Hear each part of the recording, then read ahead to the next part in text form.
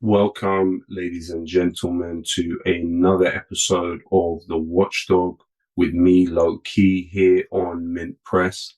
As you know, this is the program where we watch the watchers, where we cover aspects of power which are rarely focused upon on the mainstream media.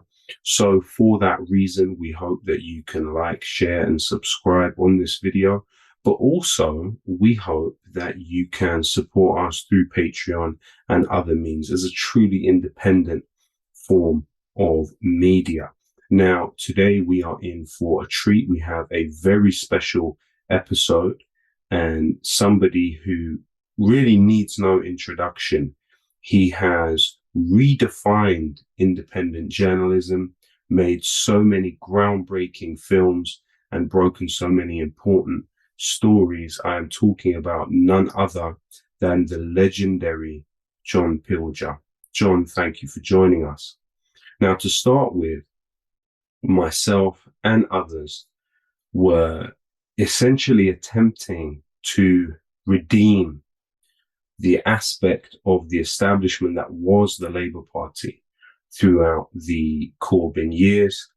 Our hopes and our dreams were dashed in quite a brutal way when Jeremy was not only deprived of the chance to become the Prime Minister, but also we later saw him isolated by the Labour Party, and now it is under the leadership of Keir Starmer. If you could just start us off by giving us your estimation of both Keir Starmer and the Labour Party. One of those questions. I'd be very honest with you. I show almost no interest in individual politicians because I do regard them with a uniformity. Now and then up comes one I know personally. I know it's a principled person. Jeremy Corbyn clearly was a different kind of politician. I've known of his work, certainly, for many, many years. Starmer was not quite a machine politician, but he was almost perfect for the job. I don't have much faith in the Labour Party, so it was almost, it took more than wild horses to get me there to vote for Corbyn, which I did, because I haven't done that for Labour for a long, long time. And Starmer seems to embody the Labour Party. The Labour Party has always been glued to what we would call the establishment. It's always been the buffer at best between extreme conservatism and the rather light version that Labour does represent. So Starmer is that, but Starmer is an altogether more sinister character, in my opinion. He ran the Crown Prosecution Service at the time that Julian Assange was in the Ecuadorian embassy, and thanks to the journalist Stefania Marizzi, who mined the Freedom of Information files, we know that Starmer's CPS deliberately kept Julian in this country when the Swedes were saying, that's it, we've had enough. Whatever their project was has failed. But no, it was Starmer's CPS that has kept it going. I mention that because you'll know how important, in a far more than a symbolic way, the Assange case is. So that's my only really knowledge of Keir Starmer, except that, he got the obligatory knighthood apparently for those who run the CPS. Otherwise, I know absolutely nothing about him. He is yet another right-wing Labour leader. Now, John, you are also a very well-known supporter of Julian Assange, the journalist who is currently imprisoned in Belmarsh. Could you break down for us, firstly, what are the services that Julian has fulfilled for the masses of humanity? And also, could you tell us what the ramifications could be of the Espionage Act potentially being used to prosecute a journalist in this way? Well, second one first. It's most dangerous for Julian. They're using it. It's never been used on a journalist and publisher before. It's an antiquated piece of legislation from the First World War that was used to chase down conscientious objectors during the First World War. And so it hasn't been used until Julian came along, which said there was nothing they had. There was nothing really to prosecute him with. Even the one so-called, quote, hacking charge is bogus and would be thrown out of even one of their courts. But I think it's Julian's prosecution. I mean, I don't go along entirely with the great concern that this will devastate the free press, because we don't have a free press. We don't, and that's the important thing. The free press has gone, the so-called, it's an ironic term, just as the mainstream media is, has gone along with the persecution of Julian Assange. And it's only in the last year or so that we've seen these lukewarm editorials trying to give some support to Julian. But they're on the other side. They've always been. So what the threat is, first of all, to Julian, this is an issue of justice. Justice is the most important thing. It's far more important than the so-called free press. Justice for this man who has not only done no wrong, but he's done a great deal of good. He's performed an epic public service right across the world. He's done what journalists ought to have been doing over the years. And in doing so, he's shamed them. His WikiLeaks' revelations are unique. And I mean that, unique in that they are 100% authentic. Even the best journalism is never entirely authentic. The WikiLeaks revelations are. If you go right back to the collateral murder video, through everything that has been released through the war logs and Iraqi, Afghanistan war logs and so on. So it gave us a great deal of information that we had not been getting and that we needed.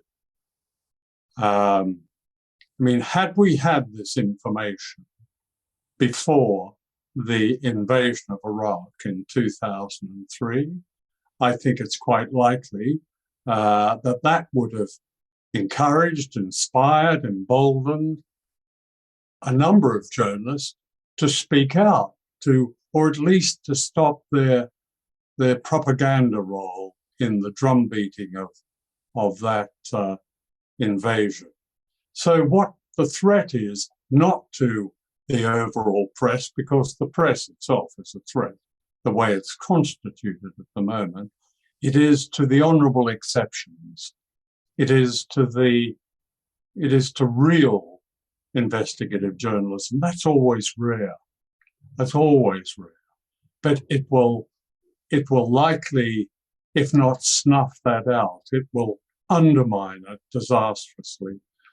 I mean, as I say, what you ask what Julian has given, well, he's given us what WikiLeaks set out to do. He regards transparency. He regards giving people information. He regards their right to know as a moral issue. It's very interesting. It's never mentioned in really any of the discussion. He regards the moral issue. He regards as one of principle that it says something about you if you contravene it, you go against it. It also says something about you if you promote it. And that's what WikiLeaks has done, promoted transparency. It has told us why and how and when governments lie. All governments lie, no matter where they are, and always have. But we need to know. And the best journalists have told us, but they've only been able to do it here and there. WikiLeaks came along and gave us a panorama of this mendacious behavior. This behavior that the sum of it is that says the real threat to the establishment is not China or Russia or all the other objects of paranoia. It's you. It is people. Because once people know, and we don't have to be a doe-eyed idealist to realize, to believe this, once people know what they should know, then very often history tells us they act. And that's what governments fear and why they put so much effort into their mendaciousness. And that's what WikiLeaks revealed. As I say, it was an historic public service. You know, I feel in some ways we have a limited view of how much was revealed exactly by WikiLeaks because so much of that data has still not yet been mined. I find myself regularly coming across new nuggets of information when going through WikiLeaks files. You know, John, you've also compared Julian to the journalist Gary Webb. Could you tell us exactly who Gary Webb was and where does that comparison come from? Well, Gary Webb was one of those honourable exceptions. He was a great journalist. He was committed. He was passionate about journalism and passionate about truth-telling, about facts. And Gary Webb, in a nutshell, revealed that the CIA was involved in the import of drugs from Central America, particularly cocaine, into the black ghettos of the United States for all kinds of sinister reasons. But so he was the government at the time, the US government, running an anti-drugs campaign, you know, say no and all that, while its major intelligence agency was doing the very opposite. And it gave you a glimpse of the deep cynicism that resides in unaccountable power. Gary Webb, it's a complicated story because Gary Webb was complicated in one sense, but in another sense, it's quite simple. And it's very interesting. I'm glad you raised it because the parallel with Julian, Gary Webb was attacked by the media because they were the cozy arrangement. They were shamed. They were embarrassed. A small newspaper in California had scooped the big ones, the New York Times, the Los Angeles Times, and so on. And it had done it extremely bravely. So, and that's what happened to Julian, that the media, particularly in the beginning, the liberal media that had courted him, like The Guardian, turned against him and became as much his nemesis as unaccountable power. The sum of that is that Gary Webb, without the support that he desperately needed, he had some support. He had the support, for example, of another great honourable exception, the journalist Robert Parry, who, like Webb, was himself a maverick, but he wasn't supported. his life started to fall apart, and Gary Webb took his own life. It's a terribly sad and tragic story and a disgraceful story. That man should be remembered and honoured and alive. And here we are worrying about Julian. What will happen to Julian's life if he's extradited? That's what we're worrying about. And he's one human being can only take so much. So one man, Julian, Gary Webb and others, should not have to pay that kind of price for telling the truth. I'll never forget, reading Freedom Next Time. It was actually the first time that I heard of this mysterious place, Diego Garcia. It was the first time that I heard of the Chagos Islands. And of course, I had not known about this case of several thousand people being depopulated from their home in order to make way for a US military base. And what I've always found interesting is that Harold Wilson, as British Prime Minister, was instrumental in that process. But despite that, you still had the CIA pushing the idea that he was actually a Soviet spy. And it's also well known that British intelligence services attempted to overthrow Harold Wilson with Operation Clockwork Orange and other similar types of operations. Now, what does it say about the political system that we live in that someone could be so willing to do the bidding of the invisible government, but yet he could still be conspired against by that invisible power?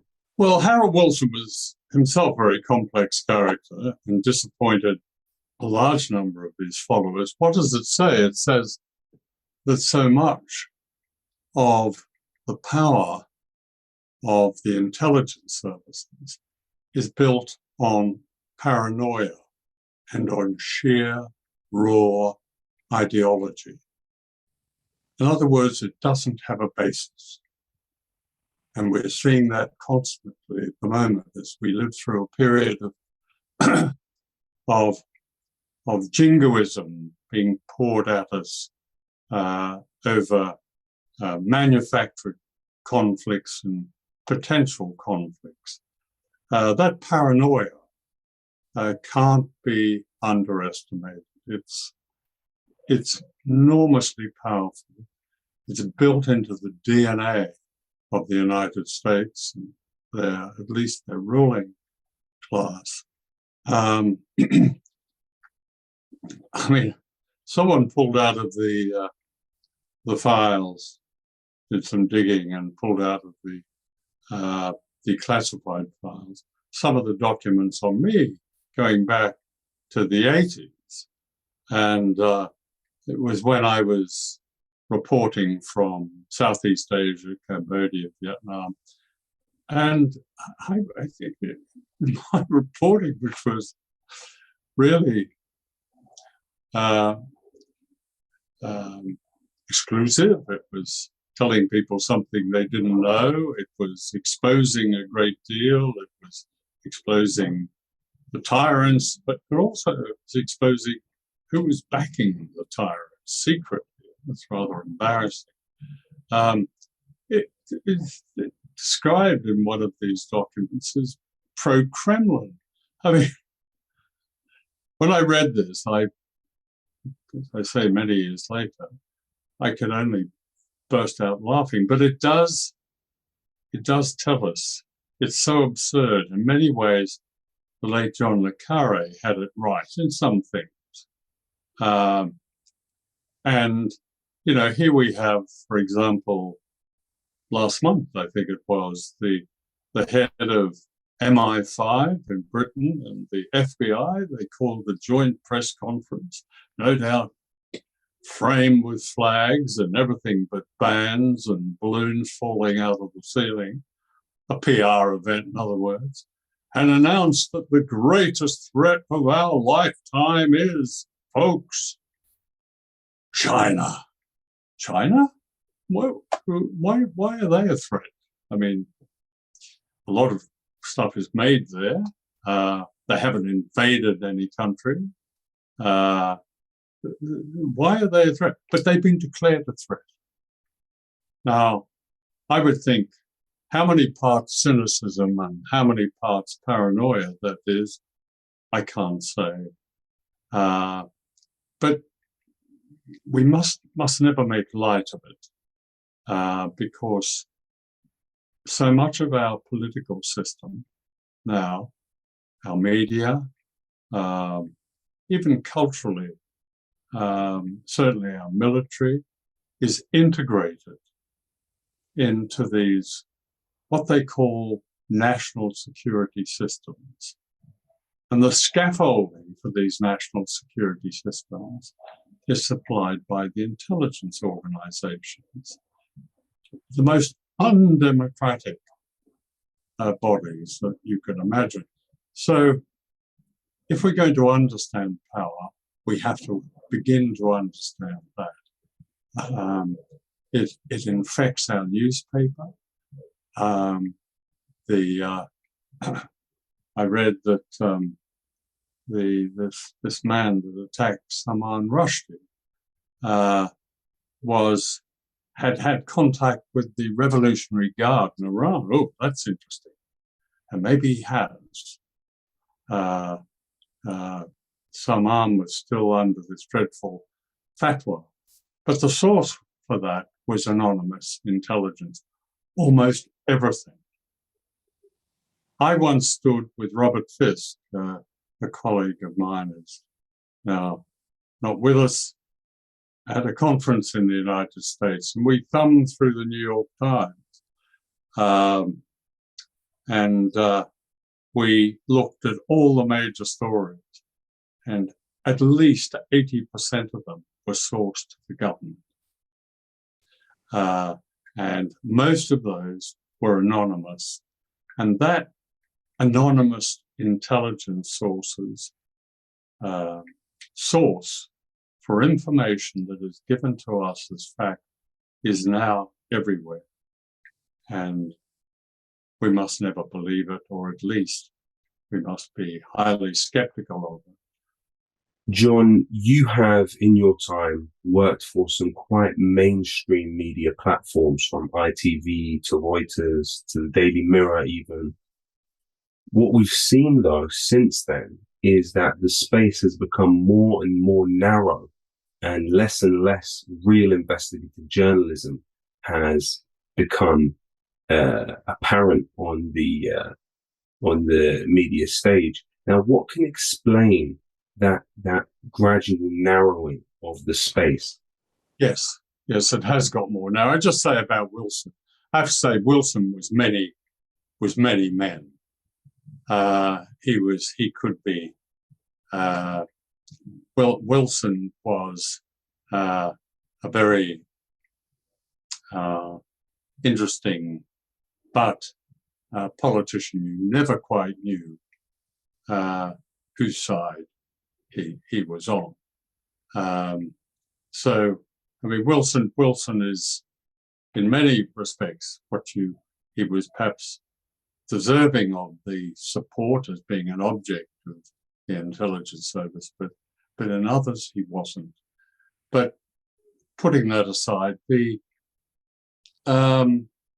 I think what's changed since I was in what we used to call Fleet Street was that when I joined, for example, the Daily Mirror in the 1960s, there was an atmosphere in newspapers that rather there was an anxiety to want to keep up with the change. The atmosphere of change was extraordinary. Change at all levels: political, potential, serious political change, cultural change. And so the press was open, and the press then was the dominant force. Television by the late 60s had equaled the press as power, but it too was reflecting those changes. And that meant taking on and welcoming people who might be regarded as mavericks. Now, maybe I was a maverick, I don't know. I certainly had the space and support on what was then the biggest distributing newspaper in this country, to say to people perhaps the sort of things that hadn't been said in the past.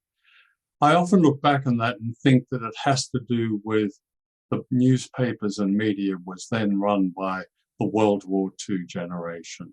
There was some extraordinary people among them who had been through all sorts of hell and produced and were quite in their own way, in their own often idiosyncratic way, they were quite revolutionary.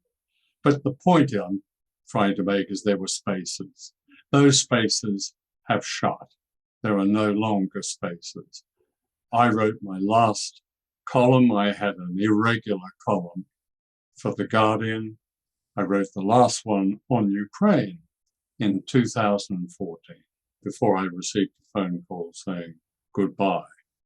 So, and that happened to a number of people. So it hasn't been a subtle process. I would call it a kind of defenestration, where I've gone through journalists who might contribute something of solid investigative work or an opinion that ran against the grain were not only no longer welcome, they were no longer wanted. Well, I mean, I guess an example of what we're talking about would be Lorna Ward, who simultaneously to being the foreign news editor of Sky was also an advisor to the deputy commander of NATO, literally at the same time. I have to say, in fairness to him and his multitasking, that wasn't uncommon. You know, the British military had people all over the BBC, and always have had. The Mirror, when I was on the Mirror, I had close relations with the establishment of the Mirror. The point is, they would leave me often, not them perhaps, but some of those who appeared in my articles, they would do it through clenched teeth. But there's always been that association. But now, in the age of WikiLeaks, we need to know. We need to know what you've just told us. That's not acceptable anymore. That is the kind of compromise journalism that the public need to know is not to be trusted. Yeah, you know, a lot of your work has been actually about confronting the horrors of Henry Kissinger, you know, whether it was in Cambodia or Vietnam. What do you think of seeing a world where the US government is represented by a quote unquote progressive virtue signaling president who is actually to the right of Henry Kissinger on Ukraine and Russia? Look, these are the shifts in the great. You take it. It isn't the group who would appear on the old Soviet Kremlin above Lenin's tomb, and some would disappear and some would move around. But it's similar. The West has always had its Lenin's tomb group. That's what this is. I mean, the fact that Kissinger, you know, is now being quoted by people who should know better, really, as somebody enlightened and so on. But then I suppose Kissinger himself is a complicated character. He got on very well with the Russians, and he certainly got on very well with the Chinese. And he would say that he sees the world from rail politic and so on, but we don't have to listen to the Kissingers. We've had Kissinger bombing the life literally out of countries. When he is our source, really, we should despair. John, I understand that you knew Hugo Chavez quite well. Is there any enduring memory that you have of him? Personally, I found him gracious, warm, principled, extraordinarily in Latin America. He was incorruptible. And that's not just a fan's view of Hugo Chavez. Those who knew him well, his former wife and others, always said that about Hugo Chavez, that he could not be tainted. And on a continent where corruption is a currency in so many ways, that was extraordinary and understood by millions of people who very rightly loved him. I traveled with him to a number of places, once up to Amazonia. We stopped at a farm development, and I suppose several thousand people, mostly rural people, came out to hear him. And Chavez arrived bearing a great pile of books and put them in front of him, and without saying hello, start to read. He read Zola, Chomsky, Dickens. He's worked his way through everything, and people were rapt by this, but he'd been very clever in the way he selected. Not an easy thing to do from all of these works, certain stories that were almost parables of what he wanted to say. And I was sitting in the front row, and it was a very hot day, I was very tired, and he travels at such a pace, and I fell asleep. Next thing I could hear ringing in my ears, John, wake up, John, come up here. Oh. And so to my huge embarrassment, I went up, not really, because it was so endearing. He presented me with a bottle of wine from the local wine growers, stood up and said, this is John, this is Pilger, he's doing this, he's that, we welcome him, and so on. But it was the kind of, he did it with so many others. He had farmers. He remembered names. He remembered people. He remembered the story of their lives. He would go to people and say, ask them how things were going with various problems that they might have mentioned to him some time ago. I mean, if ever a man gave the term populist, I suppose, he was a socialist, yes, but he was dearly loved as a populist. His problem was, and that formed part of our filmed interview, was he wasn't socialist enough. I'm afraid that the power in the land of Venezuela was still run by the local oligarchy, the business, and huge corruption.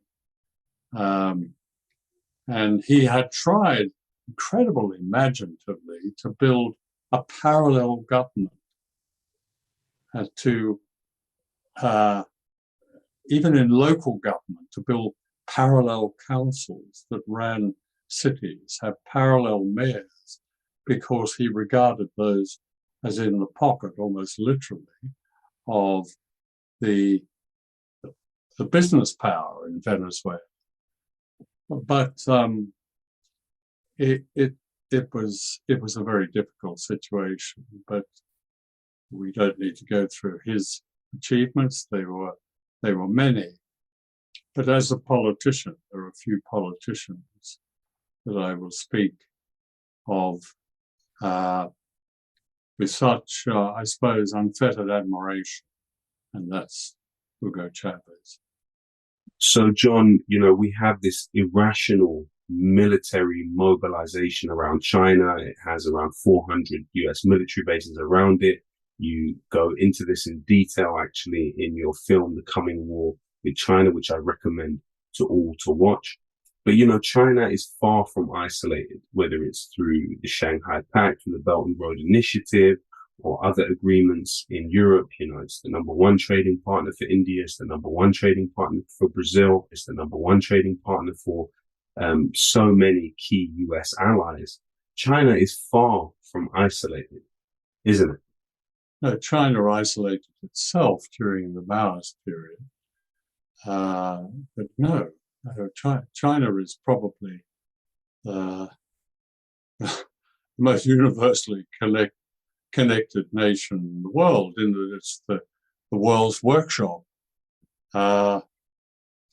Almost everything that we use in the West comes from China, and it's also, as I remember it, it's 3 or 4 years since I was there. It's even then, the tension had begun with the United States, but its enthusiasm to be part of the world, to be part of the United Nations, to be part of all the institutions of the world, which were Western institutions, the very conservative ones, was clearly evident. My fear is that because of the campaign against China, outrageous in almost every way, that a state of siege will develop within China. And we saw that with its reaction to Nancy Pelosi's provocative photo op in Taiwan. I thought that was unusual, the way China reacted. A few years ago, it might have ignored it, but not anymore. That suggests to me that it's moved itself closer to an edge. And it was put to me in Shanghai that one of the greatest threats was if China moves its nuclear weapons to top alert. It never has, but it may have done so already, but it's very likely to now. The US, of course, has its nuclear weapons on full alert, so does the Soviet Union. To add China to that is an incredibly dangerous situation. And I think this is a challenge for, what's the word, our civilization. Do we take this campaign? Are we dupes of it? Do we just lap it up? Do we go along with it? Or do we start objecting that countries have a right to develop peacefully in their own way? China's achievements are unbelievable. Its eradication of poverty.